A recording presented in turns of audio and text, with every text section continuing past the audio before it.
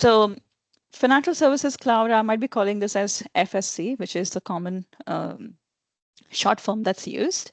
So FSC is basically tailored, of course, to meet the unique needs of financial services organizations. So typical to all the other industry or vertical specific clouds, so like a health cloud or a manufacturing cloud and so on. FSC is also designed to meet the very specific needs of this particular industry. So for example, wealth management firms, banks, insurance companies, etc. And they have very industry specific features which are not available in your sales and service. So if you were to do it in sales and service, you have to build it from scratch. So now these features are basically designed in keeping in mind your personas in this industry. So for example, let's say like a financial advisor or like an agent or like a relationship manager, bank manager, and so on.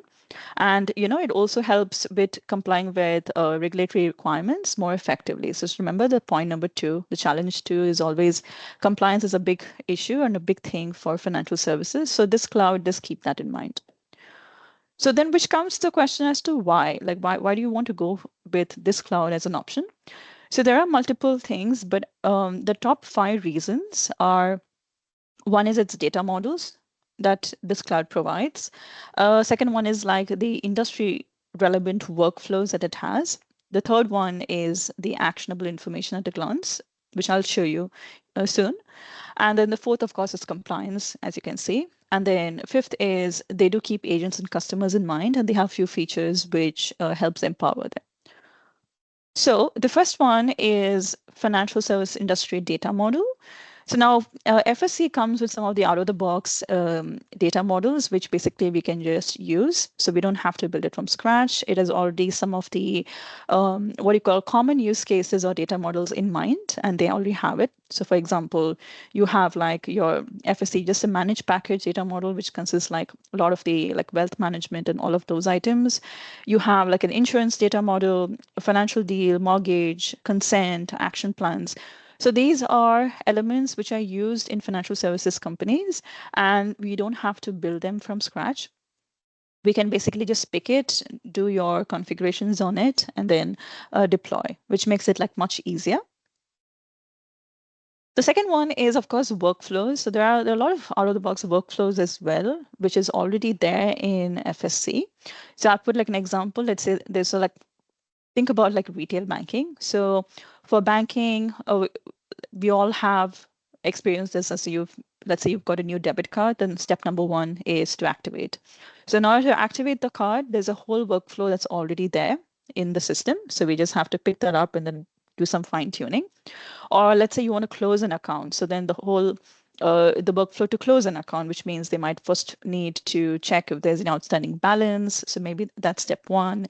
Step two could be they need maybe some signatures from you or some confirmation, etc. And then there might be some system things where they have to send like a request so that it's closed, and so on. So like that particular steps is already taken care of in this particular workflow.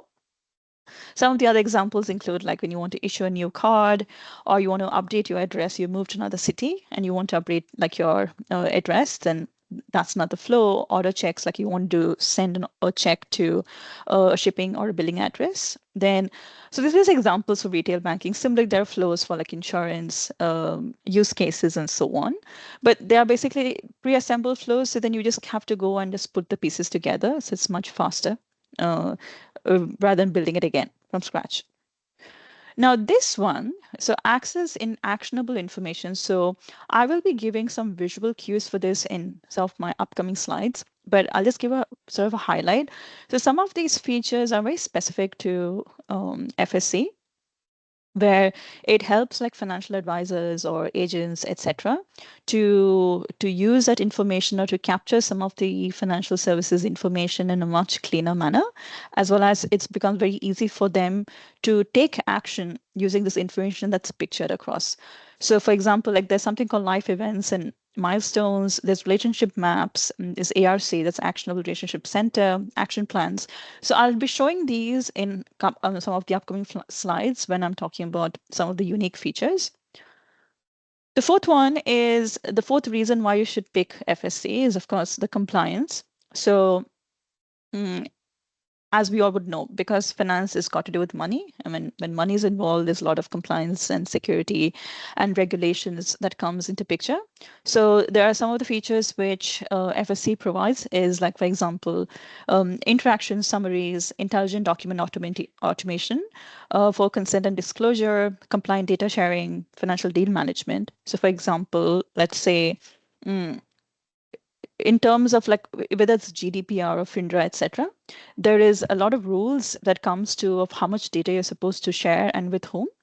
So the admins and managers, they can help configure advanced sharing rules so that they can, fit with the compliance. Another option or another feature that comes is intelligent document automation. So again, because of the compliance rules that are out there, it is important that they get consent or like disclosure agreements or signatures on them, etc. So we can generate like authorization request forms based on the scenario. And then you can always track the user response because you need to ensure that we get a response for it and then have the system updated. Interaction summaries is similar to like your case summaries or like work summaries that you would have, let's say in Service Cloud. So it basically just it summarizes all the interactions between the client and the partner, and it takes like what do you call? You can use the note taking or the compliant role based data sharing options, as well as let's say if you're like a financial advisor, you don't have to sit and read through all the interactions prior. It will give you basically a summary that okay, this person has shown interest in taking up adding one more fixed deposit, or he wants to take an insurance, or he wants to update his portfolio, etc. So interaction summaries is pretty much, it is an AI based, but it helps in doing that. And deal management is like think of opportunities in Sales Cloud. So same way, if financial deals, you can manage it effectively in FSC.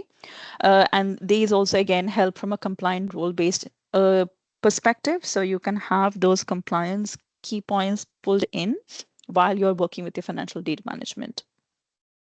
And the last point is just to empower agents and customers. So Pijmal, by this, what they mean is like FSC has its own portals that come with the cloud. So, like for example, one is the insurance agent portal. It's for agents. So it's basically and it's built around the insurance use cases. So it's a 360-degree view of all policyholders. So you'll be able to see like how many policies, when are they maturing, what is like the total amount, etc. So that's a portal which is helpful for the agent. And similarly, there are portals designed for the end user customers as well. So like, for example, you can create like a self-guided like loan application. So if somebody wants to apply for a loan, from a customer perspective, they can go to this portal. It is self-guided. So it'll show them like what all they have to fill and do and submit, etc., which will give them like a much cleaner experience. So one thing I do want to just point out is that the current financial services cloud, it is basically catered currently to three verticals. The first one is wealth and asset management. Second one is banking, and the third is insurance. These are the three main verticals that the cloud is built for presently. Of course, Salesforce might include other nuanced features in the future, but these are your main target audience, or in terms of the features that have been built out. So, like private banks, advisors in banking, both B2B and B2C is covered. And insurance, you have like life and annuities, property, casualty, and those are also taken care of, or at least catered to in this cloud. So remember point number 3 when I said like actionable, easy actions which are there. So some of the unique features of Salesforce Financial Cloud is, which is, and again, I've called there are quite a few features, but I've just picked out like 6 or 7 of them, which are not there in sales and service. And it gives the edge for financial services cloud for, let's say, somebody, if like a financial advisor, an agent is using it.